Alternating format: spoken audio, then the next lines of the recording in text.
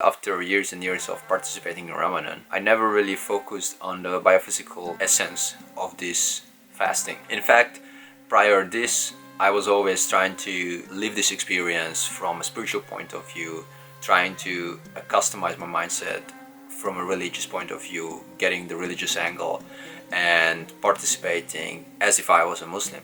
The reason I'm doing this Ramadan is not for religious purposes, is not because I would be connecting to the Muslim community, but rather for personal experience. As you know, this POLGAR project is all about me experimenting with my body, mindset, the circumstances that I'm given, and trying to get the most out of them. Now this time I will give you 2 days of experience. First is a sort of preparation, like mini Ramadan, and the other one is the day itself and finishing up with the conclusion of how I felt, what my experience is.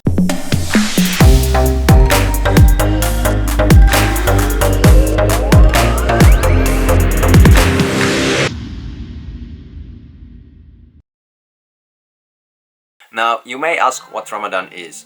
Ramadan is a religious festival taking place in every 9th lunar calendaric month, given by the Islamic culture. The concept of Ramadan is that you have suhoor, which is before the sunrise, and then you have iftar, which is after the sunset. And in between, you don't have any fluid, any food to take in, to consume. Now that has a lot of controversies in societies, not necessarily from the religious point of view, but rather from nutrition point of view. And there are a number of studies which have different opinion, different results, whether it's good, whether it's unhealthy. And it all comes down to the sample group, meaning that which country is it, which time of the year is it, what's the individual's body type, features, and all these factors can come to a different outcome at the end of the study. I'm really motivated to do this because I want to see whether I'm able to overcome this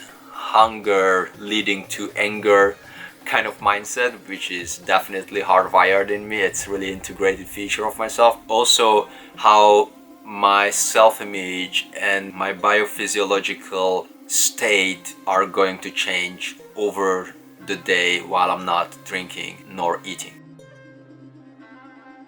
I will be editing videos, well, not so much calories needed for that.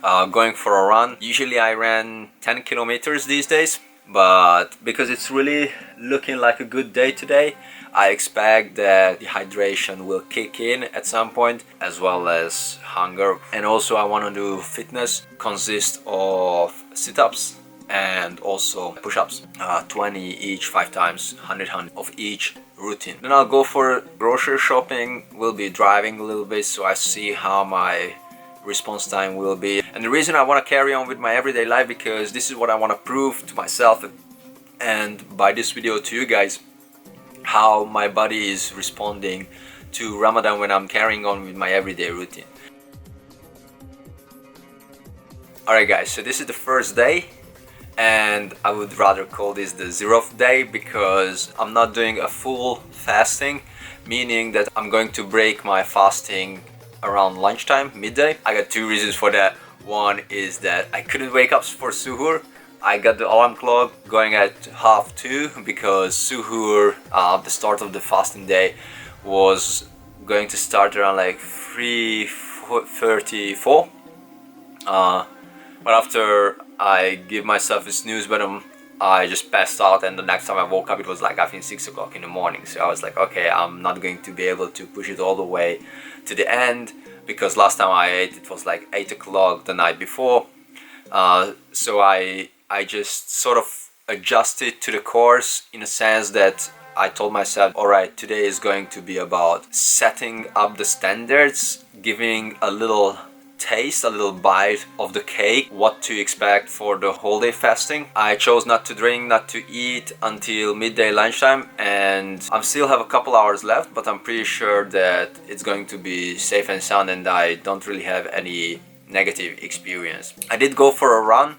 I did do my workout session, which I did not record for one particular reason. I didn't really think that this would be really important. Tomorrow I plan to do so to demonstrate how my feeling and how my body responds.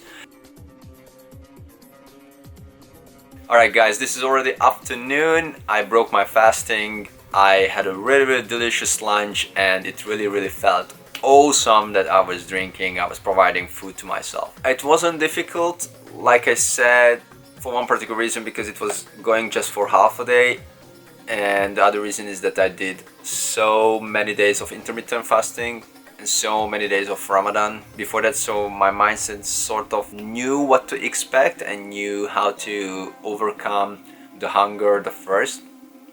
Interesting enough, the first is almost more burning for my mindset, and I'm craving the fluids more than the food. And because of the running and the fitness as part of my daily routine, I do have to admit that I did feel the thirst, I did feel sort of dehydration, but it wasn't getting any closer where I would be considering that, okay, I just need to cut the time back a little bit, start drinking at least earlier. So the pre-Ramadan went really well. I'm really happy about it, and I feel confident about tomorrow's day. Tomorrow's day, speaking of that, is going to start at 2:30 for me, and I will have the opportunity to get breakfast, prepare my sort of suhoor meal before the sun would come up. So I will have the accurate fasting sort of schedule. So I wake up at 1:30 and I will have an hour to get my breakfast. Don't expect too much spiritual talk about me, guys. Don't expect too much like me trying to get to the mosque. This is more like me experimenting my own body and trying to figure out where my mindset and my body stands when I don't supply fluid, nor I would be supplying any food for myself. Seeing what are the things that I'm lacking of and where I need to adjust in order to sort of comply with my expectations.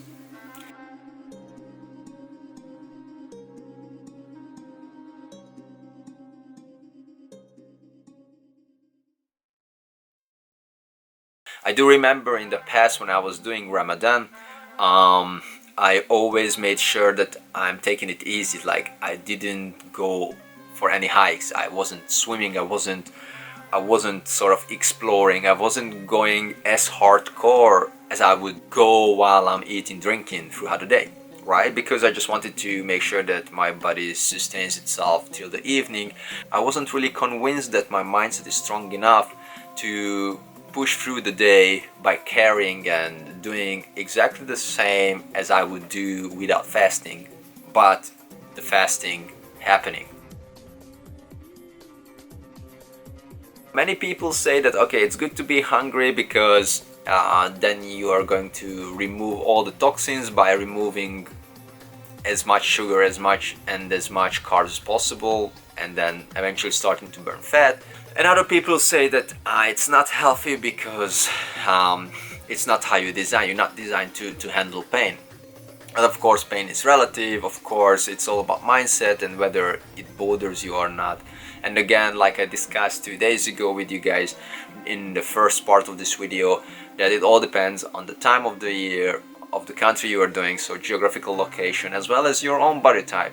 So a 200 pounds person cannot be compared to a 300 one, nor to a 75 pound one, for one particular reason, because different body type, different heart rate, different strength of the heart, I'm pretty sure different mindset as well, even though that's not correlated to weight. But you can get the idea. Certain body types carry certain mindsets, and that establishes the ultimate outcome and at least the predictability of certain outcomes in whatever research we're conducting. Yo, what's up everybody? This is already a few hours in the day. I just woke up not so long ago, and I'm really thrilled to see that so far so good. It's not much of an achievement because I had my breakfast suhoor around like 3:30. Well, I finished at 3:30. The exact time was 3:32 when I had to start fasting.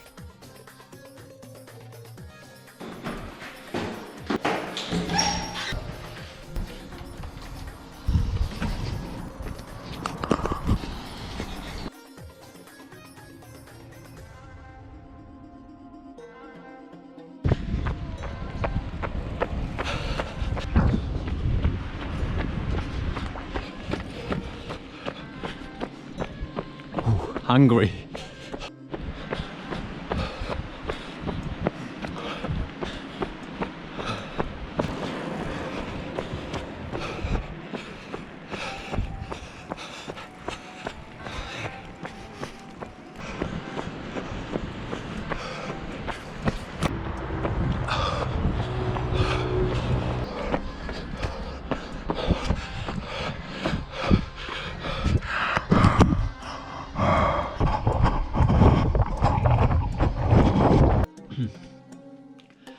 So, as you could see the time, it took me 48 plus minutes to complete 8 kilometers, and usually I complete, I would say, like 11 and a half kilometers in this time frame.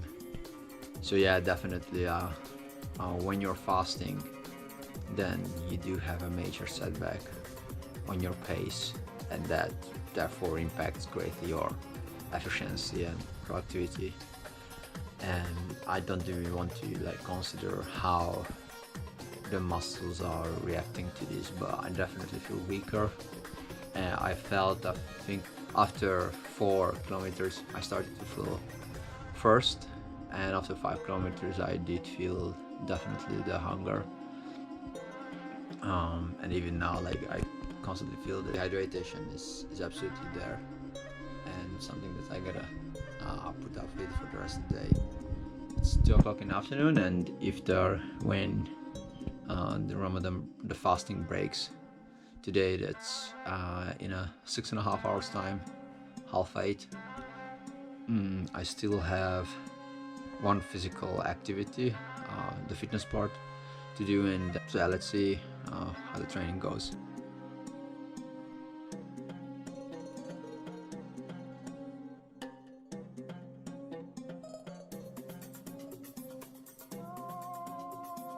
Hi guys, this is just early afternoon. I finished running and exercises. As you could see, I was not so like happy, but it was really a realistic event that occurred to me, and also it's something that I sort of could expect, because like I said, the weather was good. There were no clouds on the sky, meaning that I get full sun on my face and on my body as well, increasing my body heat, therefore increasing the temperature, and I was sweating more, and that led to an increased amount of dehydration, at least the feeling of it, and that certainly followed by hunger. So being first is something that I really had to deal with and put up with. The hunger part was yeah, okay, I was hungry before. I did live on the road. I did do dirt bag, ultra budget trips number of times. So hunger is not something that's a foreign experience for my body, for my mind. But the first was really difficult, and it is really difficult because I'm still fasting. All I can feel is that the saliva is building up quicker, in greater volume, and the first 3 days, like the difference between today and the days when I'm just like being dirt broke, is that water was always available for me. I was broke, but not that broke that I couldn't get access to water supply, whereas now I don't allow myself to get access to water supply, and that makes a huge difference because running, it was my personal choice to carry on with my daily routine. Because of running and fitness, I developed this dehydration. It doesn't go away. It tranquils a little bit, but it doesn't get killed. I really need to pay attention not to snap, because I have this tendency whenever I'm hungry, thirsty, I snap easier, I get angry easier, I get more upset, I get more sensitive. But anyway, see how the rest of the day goes.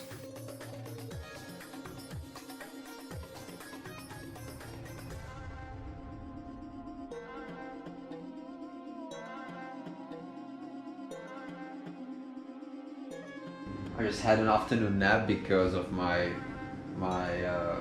appetite is so huge. I'm so hungry now that I really needed to pass out a little bit, which I don't do usually, as the night provides me enough time to recover from the day before and then to catch up with sleep. Not when I'm starving, not when I'm doing fasting. Not when I'm fasting, sorry.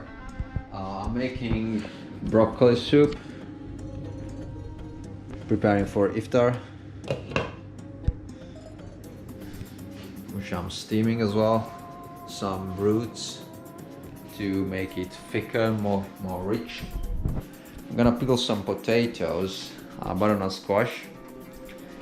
And it's not about actually the quality of the food, but rather the part that I'm really hungry and smelling the food doesn't help at all.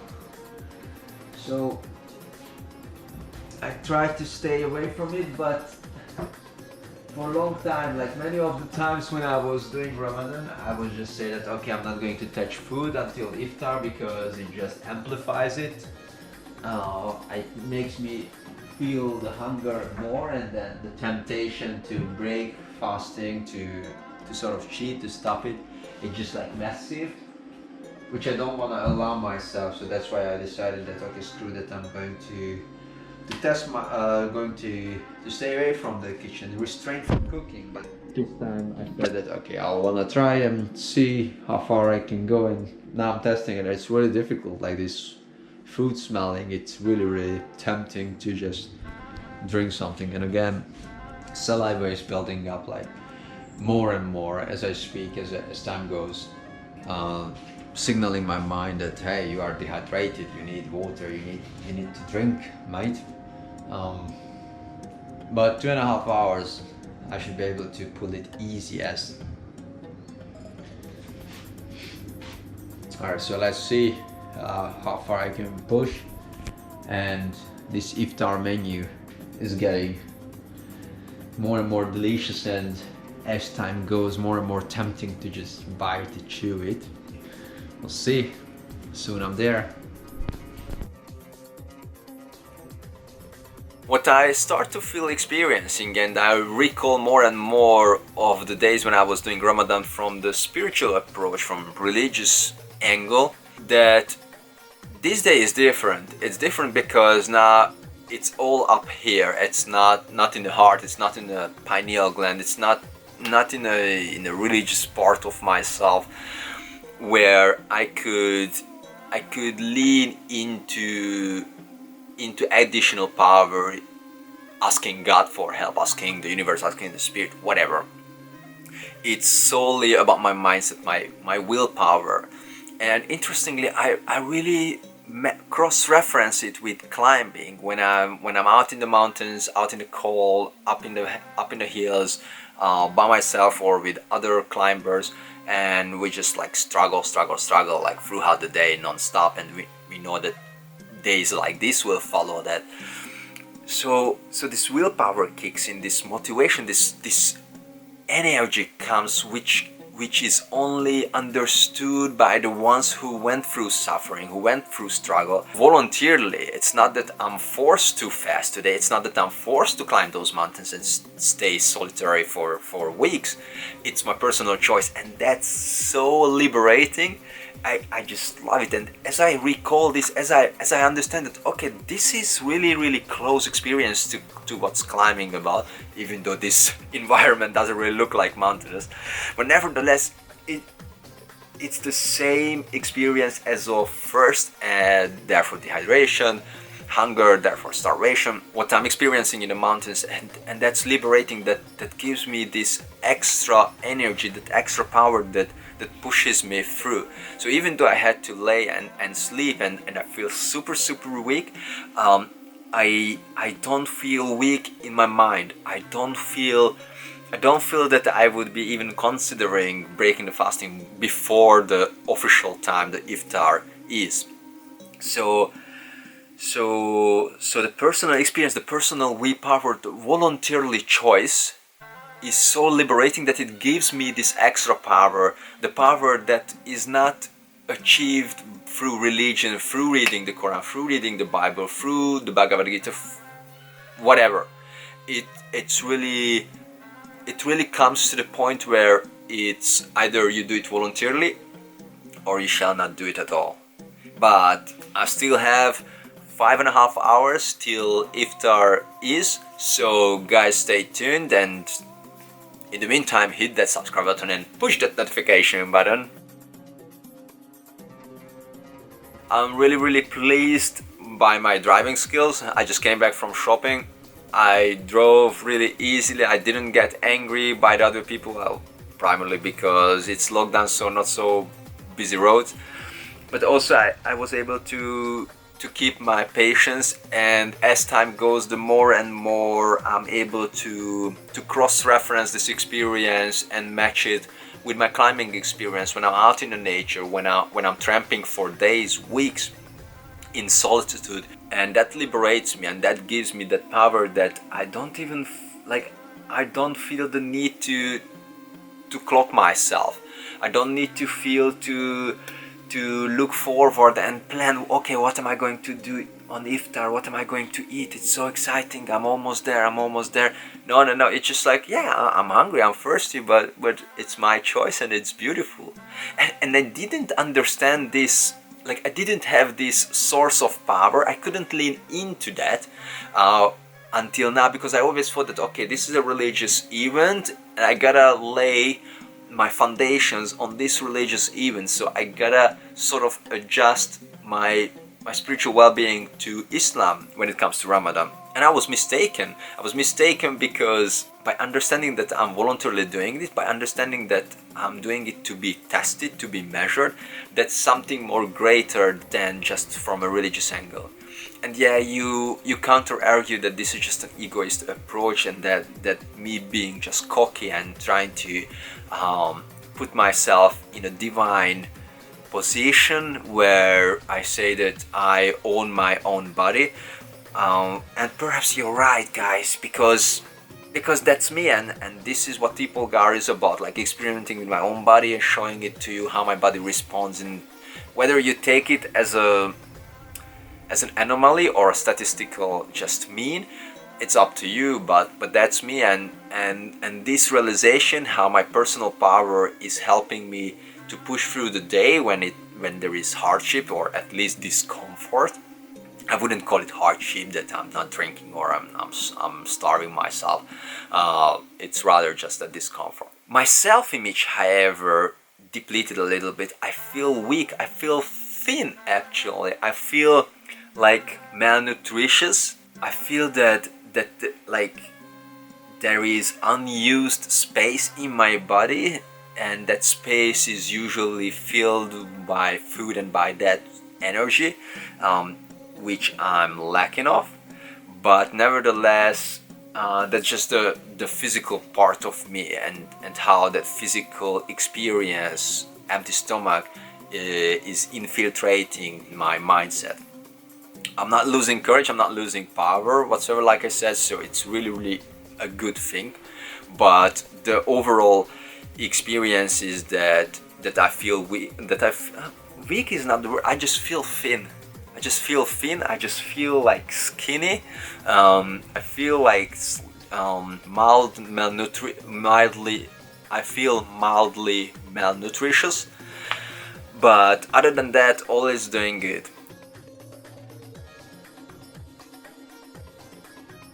Hi guys, it's 8:38 and that means that it's time to break fasting, meaning that today's Ramadan is over. Now in Islam culture, and this part is definitely for biophysiological reasons as well.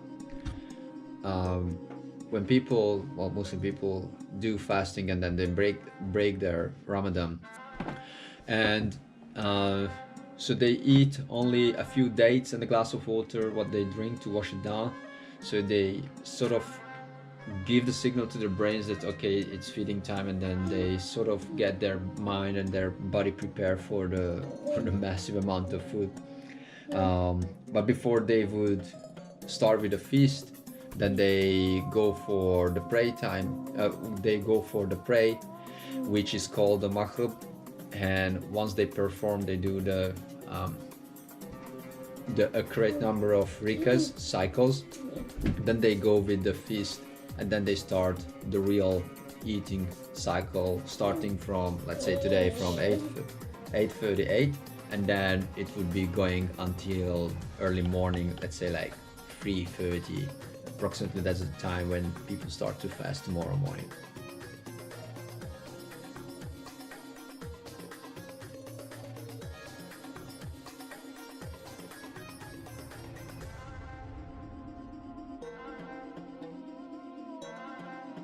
Alright guys, so this is it.